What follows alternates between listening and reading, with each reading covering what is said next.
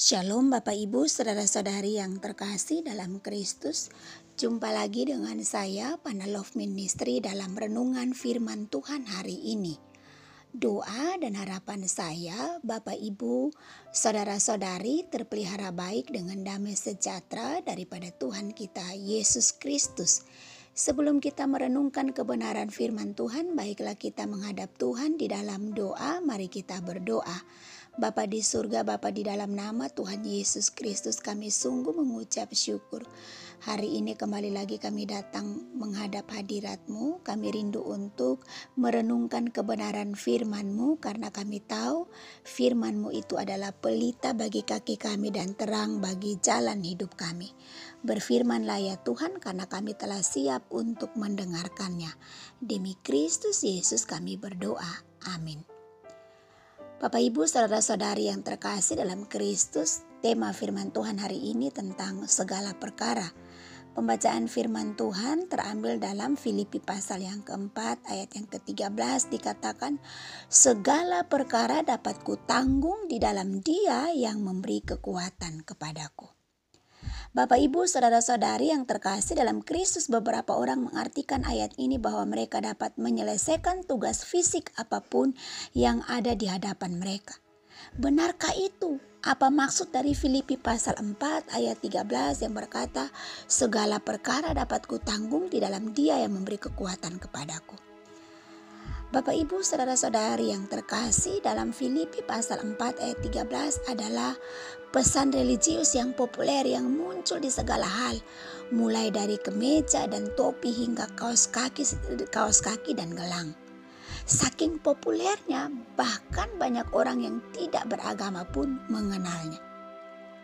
Popularitas ayat ini telah menyebabkan beberapa kesalahpahaman. Dikatakan segala perkara dapat kutanggung, telah dicomot dari konteksnya dan dikemas ulang sebagai mantra inspirasional yang membuat orang merasa nyaman saat mencoba melakukan sesuatu yang sulit atau bahkan mustahil. Bagaimana mengatasi pencobaan hidup dan bagaimana menjadi puas dengan keadaan saat ini dan dengan apa yang dimiliki? Bapak Ibu saudara-saudari yang terkasih dalam Kristus, Rasul Paulus sangat serius dengan tugas yang diberikan Tuhan untuk memberitakan Injil. Dikatakan, celakalah aku, tulisnya kepada saudara-saudara seiman, jika aku tidak memberitakan Injil. 1 Korintus 9 ayat 16. Bapak Ibu saudara-saudari yang terkasih dalam Kristus, ketika ia menulis kepada jemaat di Filipi dengan seorang pengawal Romawi mengawasinya dan sebuah rantai yang terikat di pergelangan kakinya. Hal ini dapat kita lihat dalam Filipi 1 ayat 7. Ia memberikan nasihat dan dorongan kepada saudara-saudara yang mungkin suatu hari nanti akan berada dalam situasi yang sama. Bapak Ibu saudara-saudari yang terkasih dalam Kristus, daripada menggerutu dan mengeluh tentang pergelangan kakinya yang sakit, Paulus menulis, janganlah hendaknya kamu khawatir tentang apapun juga, tetapi nyatakanlah dalam segala hal keinginanmu kepada Allah dalam doa dan permohonan dalam ucapan syukur. Filipi 4 ayat 6. Makna sebenarnya dari Filipi pasal 4 ayat 13, Paulus sangat memahami kata-kata pemazmur. Kata banyak ya, tanda petik ya. Tidak sedikit kesengsaraan orang benar, tetapi Tuhan melepaskan dia dari semuanya itu. Mazmur pasal 34 ayat 19. Perhatikanlah perkataan Yesus, tetapi orang yang bertahan sampai kesudahannya, orang yang tidak lekas putus asa dan meninggalkan imannya, akan diselamatkan. Matius 24 ayat 13. Bapak Ibu saudara-saudari yang terkasih dalam Kristus, masa depan yang gemilang menanti semua orang yang memberitakan Injil, bahwa segala sesuatu dapat ditanggung melalui pertolongan Kristus.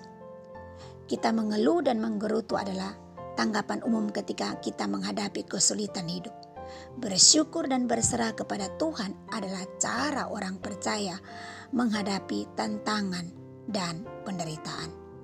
Bapak Ibu, saudara-saudari yang terkasih dalam Kristus, Biarlah renungan firman Tuhan hari ini menguatkan kita untuk tetap setia memberitakan Injil, setia melakukan pelayanan pengabdian kepada Tuhan, dan juga kita yakini dalam menghadapi apapun, menghadapi berbagai hal, ada begitu banyak hal yang kita alami, hadapi, bahkan kesulitan, tantangan, tapi percayalah, janganlah kita khawatir tentang apapun juga.